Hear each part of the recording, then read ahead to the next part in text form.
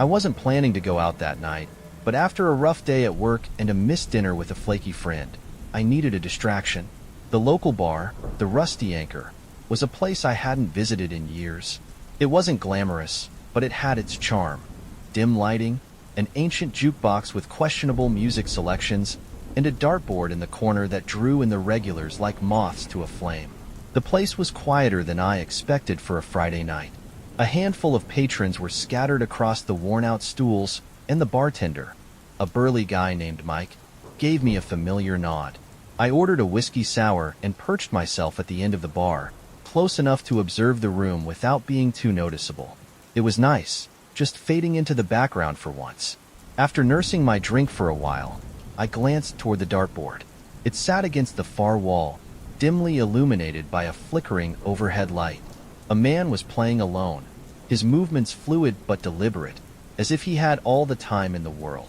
He wore a dark hoodie pulled low over his face, obscuring most of his features, and his hands were pale, almost unnaturally so. As I watched, he threw a dart. It struck the bullseye with an audible thump. Another throw, another bullseye. I was impressed despite myself. He must have felt my gaze because he turned, tilting his head slightly in my direction. Though I couldn't see his eyes, I felt like he was staring right at me. "Want a game?" he asked, his voice low and gravelly. I hesitated, but I didn't want to seem rude. "Sure," I said, sliding off my stool and making my way over. He handed me a set of darts without another word, and we began. He was good, better than good. Actually, every throw seemed effortless, precise. I was decent enough to hold my own, but I couldn't shake the feeling that he was holding back, like he was toying with me. We didn't talk much, just exchanged a few polite comments. But as the games went on, I started noticing strange things. His hands never seemed to miss their mark, even on throws that should have been impossible. And when he wasn't throwing, he stood perfectly still, as if frozen in place. The air around him felt colder, heavier. At one point, I caught a glimpse of his face under the hood, a pale, angular visage with deep-set eyes that seemed to glint faintly, even in the low light. After the fourth game, I'd had enough. "You're pretty good," I said, forcing a smile. "Think I'll call it a night?"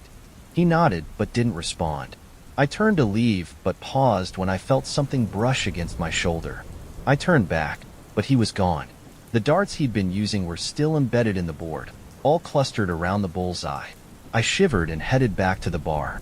"Who's your new friend?" Mike asked, smirking as he poured me another drink. "Just some guy," I said. "You know him?" Mike frowned. "What guy? You've been playing alone." I laughed nervously, thinking he was joking. "The guy in the hoodie, by the dartboard." Mike's expression didn't change. "Nobody's been near that dartboard all night?" I glanced over my shoulder, but the corner was empty. The darts were gone, too. The rest of the night was a blur. I couldn't shake the feeling that something was watching me, that I wasn't alone even when the bar started to empty out. When I finally left, the street outside was eerily quiet. My car was parked a block away, and every step toward it felt heavier, slower. As I reached the driver's side, I noticed something on the windshield, a single dart, perfectly centered. I stared at it, my heart pounding. When I finally mustered the courage to grab it, I saw a faint smear of something dark, ink, maybe, or blood, on the metal tip. I never went back to the Rusty Anchor after that. I don't know who or what that man was, but I still have the dart. It sits in a box on my dresser, a chilling reminder of that night. And sometimes, late at night, I swear I hear the sound of a dart hitting a board. It was a rainy Wednesday night, the kind of night where the streets gleam with puddles reflecting neon signs, and the air smells like wet concrete. I'd just gotten off work, and instead of heading home to my quiet apartment, I decided to stop by an old dive bar I used to frequent, Hollow's End. It was the kind of place where the drinks were cheap, the jukebox was always broken, and the regulars never asked too many questions. The bar was quieter than usual. A couple of older guys played pool in the back, and a group of college students occupied a corner booth, laughing too loudly for a place that small. I grabbed a seat at the bar and ordered a beer. The bartender, Laura, smiled faintly, and slid the bottle across the counter. "What's with the crowd tonight?" I asked, gesturing toward the students. "They'll clear out soon," she said. "They don't usually last past midnight." I nodded, sipping my beer and letting the tension of the day dissolve. About 20 minutes later, the door swung open and a girl walked in. She was young, maybe mid-20s, with long dark hair and a bright red coat that seemed out of place in the otherwise dingy bar. She didn't say anything, just took a seat at the end of the counter, as far from everyone else as possible. There was something off about her. She sat perfectly still, her hands folded in her lap, her gaze fixed on the wall behind the bar. Laura greeted her, but she didn't respond. She didn't even blink. The college kids glanced at her, murmuring among themselves, but the girl didn't seem to notice or care. "Another beer?" Laura asked me, breaking my focus. "Yeah, sure," I said, though I couldn't take my eyes off the girl in the red coat. A few minutes later, one of the college guys got up and approached her. He was tall, confident, the kind of guy who thought he owned every room he walked into. He leaned against the counter, flashing her a smile.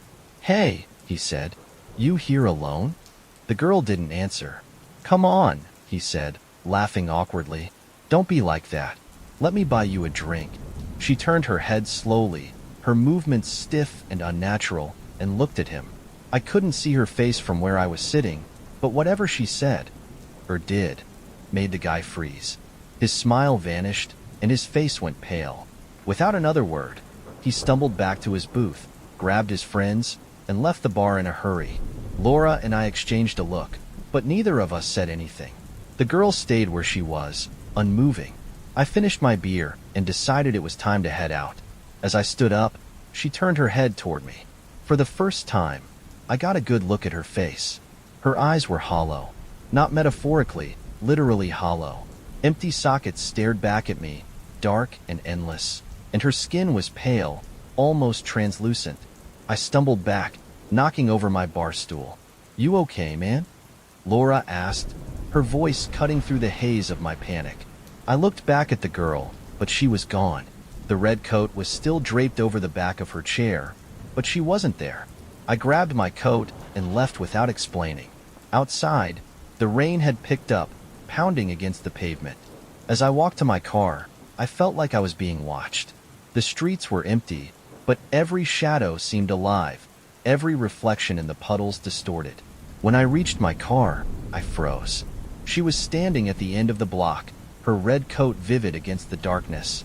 She didn't move, didn't even seem to breathe. I fumbled with my keys, glancing back every few seconds to make sure she hadn't gotten closer. By the time I unlocked the door and climbed inside, she was gone. The next morning, I couldn't shake the feeling that I'd seen her before. I searched online for any news about the bar or the surrounding area, and that's when I found it. A police report from 5 years ago. A girl matching her description had been murdered in an alley a few blocks from Hollow's End. The last place she was seen alive? The bar. I haven't been back since, but sometimes, on rainy nights, I think about her.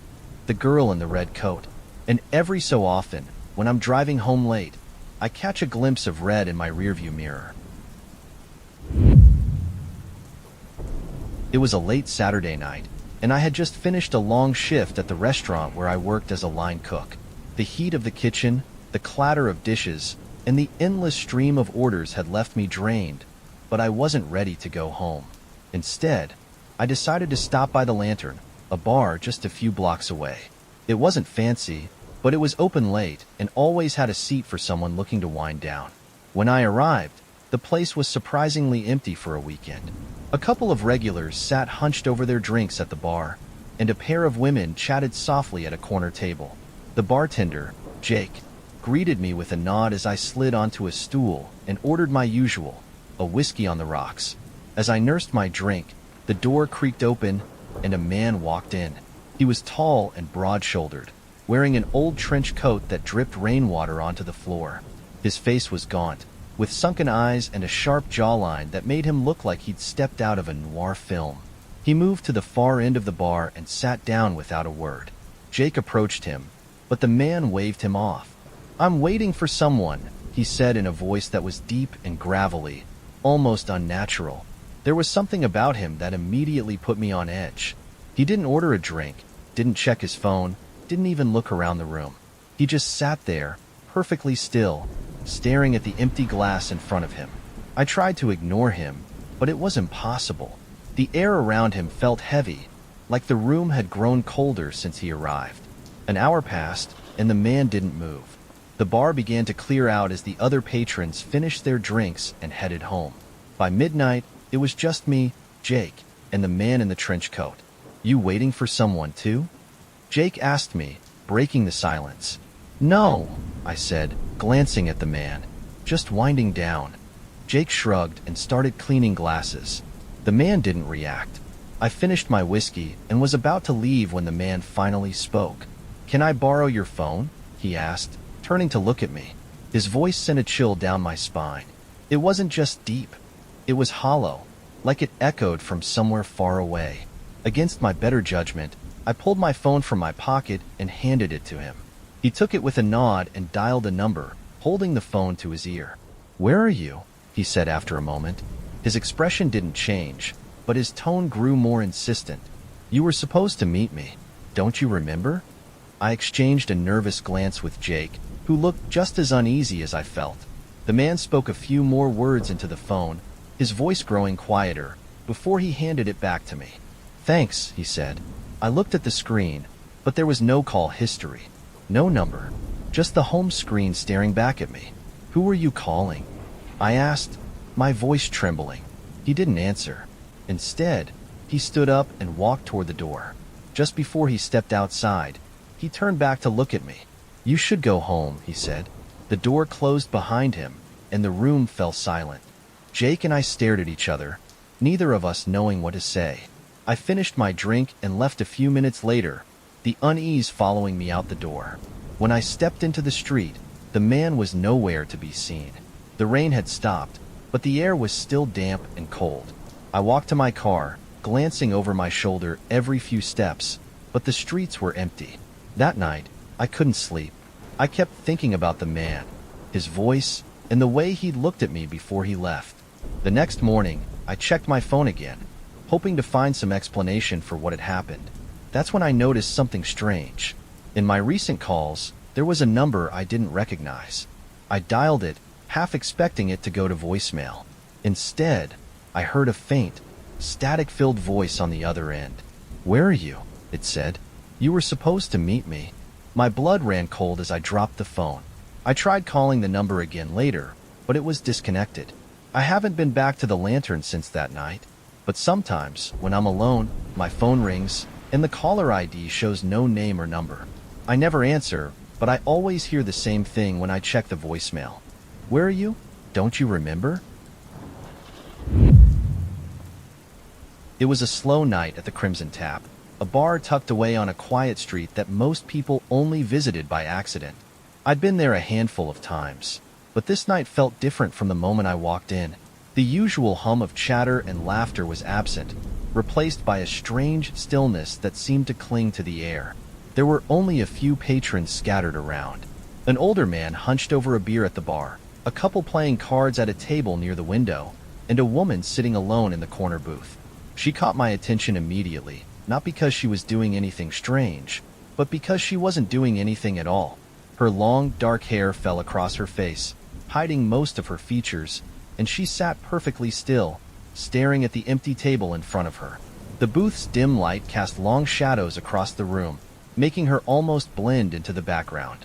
I hesitated, feeling a pang of unease, but eventually shrugged it off and took a seat at the bar. The bartender, Liam, greeted me with a tired smile. "What'll it be?" "Whiskey sour," I said, glancing back at the corner booth. The woman hadn't moved. "Quiet night," I remarked. Liam nodded, pouring my drink. "Yeah, has been for a while now." I wanted to ask him about the woman, but something held me back. I sipped my drink and tried to focus on the muted TV above the bar, but my eyes kept drifting toward the booth. At one point, the woman shifted slightly, and I caught a glimpse of her face, a pale, gaunt visage with deep, sunken eyes that seemed far too dark for the dim lighting. She looked up, and for a moment, our eyes met. A chill ran down my spine as I quickly turned back to the bar. I couldn't explain it, but her gaze felt heavy, almost suffocating, like she could see straight through me. "Hey, Liam," I said, keeping my voice low. "Who's that in the corner?" Liam glanced over his shoulder and frowned. "What are you talking about?" I gestured subtly. "The woman. In the booth." His expression didn't change. "There's no one there." I froze, my stomach twisting. "What do you mean?" "She's right." When I turned back to look, the booth was empty. I stared at the empty seat, my mind racing. I knew I'd seen her. I'd felt her gaze, her presence. But the longer I stared, the more uncertain I became. The booth was just a shadowy corner now, as if it had been that way all along. "Maybe you need another drink," Liam said, giving me a wary look. I forced a laugh, trying to shake off the unease. "Yeah, maybe."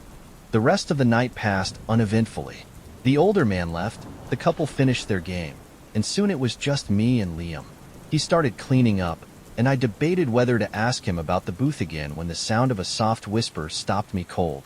It was faint, barely audible, but unmistakable. I turned toward the booth and froze. She was back. The woman sat in the exact same position, her hands folded neatly on the table, her dark hair obscuring most of her face. But this time, she wasn't alone. Across from her sat another figure, a man with his back to me. His shoulders were hunched, and his head was bowed, as if he was whispering something to her. "Liam," I said, my voice trembling. "Do you see that?" Liam looked up, his brow furrowed. "See what?" I pointed to the booth, but he just shook his head. "You okay, man? You're looking a little pale." Before I could respond, the man in the booth turned to look at me. His face was gaunt and lifeless, his eyes hollow and sunken, just like the woman's. I felt my breath catch as they both stared at me, their heads tilting slightly in unison. I stood up, my chair scraping loudly against the floor. "I think I need to go." "Yeah, might be a good idea," Liam said, clearly concerned. I left cash on the counter and hurried out into the night. The cold air hit me like a slap, but it did little to calm my nerves. As I walked to my car, I glanced back at the bar. Through the window, I could see the corner booth. It was empty. Shaking, I got into my car and started the engine. The drive home was uneventful, but the feeling of being watched never left me. When I finally got inside my apartment, I locked the door and turned on every light. That night, I dreamed of the booth. I saw the woman and the man sitting there, staring at me with those dark, hollow eyes. When I woke up, my chest felt heavy, and there was a faint whisper in my ears that I couldn't quite make out. I haven't been back to the Crimson Tap since. I told myself it was all in my head, a trick of the light or a byproduct of too much stress. But every now and then, I catch a glimpse of something in the corner of my eye. Dark hair, a pale face, a shadow that doesn't belong. And I know they're still watching.